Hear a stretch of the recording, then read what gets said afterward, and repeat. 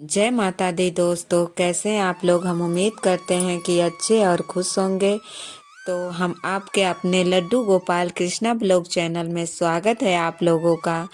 तो आज हम जानेंगे गुरुवार व्रत से जुड़ी सारी नियम विधि, गुरुवार व्रत से सभी महत्वपूर्ण नियम विधि, कितने व्रत हमें करने चाहिए।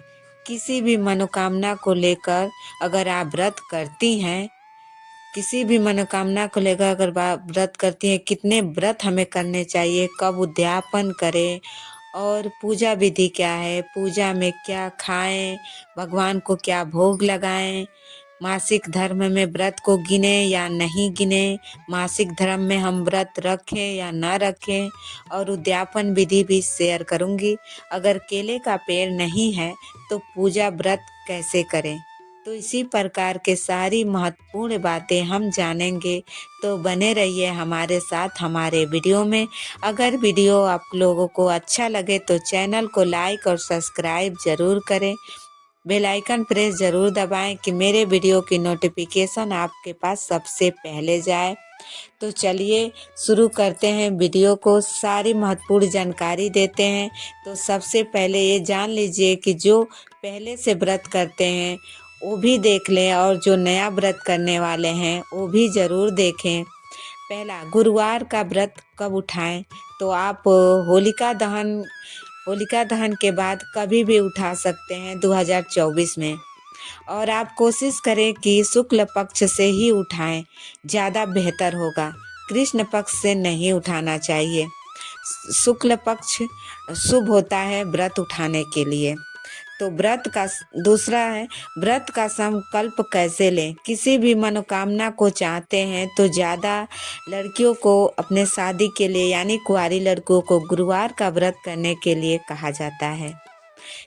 और शादीशुदा औरतें भी करती हैं, सुख समृद्धि के लिए कर सकती हैं। हमारे गुरु ग्रह मजबूत रहेंगे तो हमारे ऊपर कोई संकट बाधाएं नहीं आएंगी।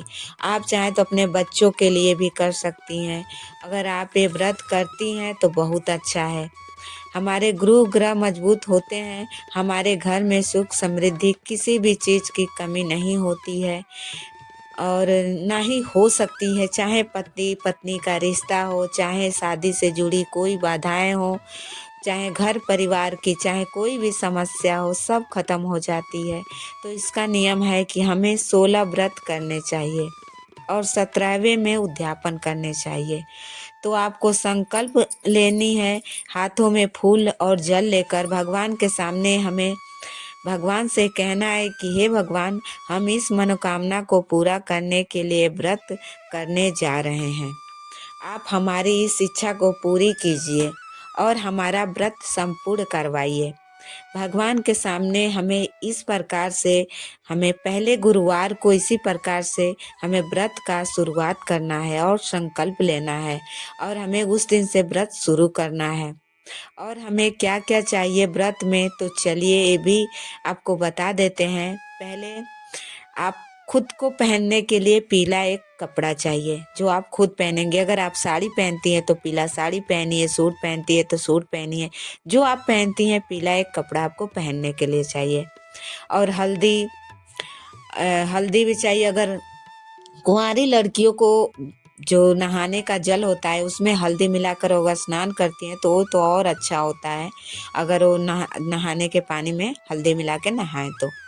और हल्दी और गुड़, चना दाल चाहिए, केला चाहिए और पीला फूल चाहिए, तुलसी पत्र जरूर चाहिए। भगवान विष्णु को भी भोग में तुलसी पत्र लगाया जाता है।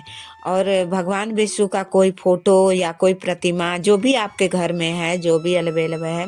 और कथा पढ़ने के लिए कथा का किताब चाहिए, केला चाहिए, मुनक्का चाहिए आदि प्रसाद ये सब होता है। ये सब प्रसाद बनाने के लिए बाकी सब चीज़ें चाहिए। और आप एक कलश रख लें जिसमें कलश में आप गुड़, हल्दी, चना ये सब मुनक्का डाल दें और कलश रख कर ही पूजा करें, जो कथा पढ़ें। और उसके बाद आप कहेंगे कि जल का क्या करें, कलश के जल का क्या करें। तो अगर आपके घर में केले का पेड़ है तो उसमें आप डाल दें और केले के पेड़ का भी पूजन करें, विधि पूर्वक करें। उसमें गुड़ और चना मुनक्का ये सब चढ़ाएं, केले के जड़ में हल्दी और दीप जलाएं, धूप बत्ती जलाएं और ये सब करें। और बताऊंगी, पहले अगर केले का पेड़ नहीं है तो आप कलश का जल तुलसी में भी डाल सकते हैं। तो चलिए बताऊंगी केले का पूजन कैसे करें। सब अगर आपको समझ ना आए तो कमेंट करिएगा, करके दिखाऊंगी। सबसे पहले आप केले के जड़ में फूल, दीप बत्ती, धूप बत्ती जलाएं और लोटे में जो जल कलश रखे हैं उसको जल केले के जड़ में गिराएं। गुड़ चना मिलाकर और मुनक्का, हल्दी और पीला चंदन केले के जड़ में सब चढ़ाएं। पीला चंदन से उनका टीका चंदन लगाएं और कथा भी पढ़िएगा। कथा पढ़ेंगे तो आपको समझ में बहुत कुछ बातें आ जाएंगी। किसी भी भिखारी को घर से ना लौटाएं इस दिन, और इस दिन दान जरूर करें। और 16 व्रत करें, 17वें दिन उद्यापन करें। व्रत में क्या खाएं? तो व्रत में एक टाइम ही खाया जाता है, कुछ भी मीठा भोजन करें। बेसन का हलवा ज्यादा लोग खाते हैं, चने का दाल का। तो आप चाहे तो एक ही टाइम करें, चाहे सुबह करें, शाम करें, दोपहर करें, कभी करें, एक ही टाइम करें। एक टाइम मीठा भोजन करें, लेकिन इस दिन नमक का उपयोग बिल्कुल ना करें। आप नमक बिल्कुल ना खाएं गुरुवार के व्रत में। जो व्रत करती हैं वो इस दिन जो भगवान को केला का प्रसाद चढ़ाएंगी, केला जो भोग लगाएंगे, जो व्रत करती हैं वो केला भी ना खाएं। और जो व्रत नहीं करती हैं वो खा सकती हैं, पर ना खाएं तो बेहतर होता है, क्योंकि गुरुवार को केला नहीं खाएं तो अच्छा होता है। और अगली बात, मासिक धर्म में व्रत कैसे करें। तो अगर आप संकल्प ली हैं तो 16 गुरुवार को पूरा करना है। तो बीच में आप औरत हैं तो वो तो आएगा ही, उसका तो मतलब आना जरूरी भी है। तो आपको व्रत करना है, छोड़ना नहीं है। क्योंकि अगर आप मासिक धर्म से व्रत छोड़ देंगे तो आपका व्रत संकल्प खंडित रह जाएगा। तो आप औरत हैं, लड़की हैं, तो ये तो होना ही है। तो आपका नियम यही है कि आप 16 व्रत का संकल्प ली हैं तो व्रत को पूरा करिए, खंडित मत करिए।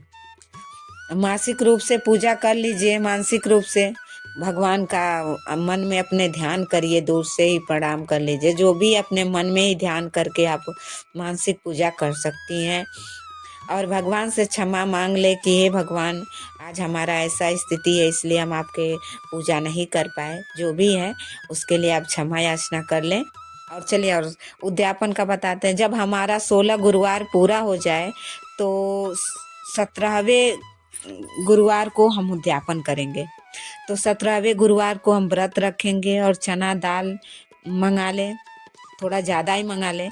गुड़ मंगा लीजिए, हल्दी मंगा लीजिए 1 पैकेट, केला मंगा लीजिए और एक पीला कपड़ा भी मंगा सकते हैं। पीला कपड़ा भी दान दे सकते हैं।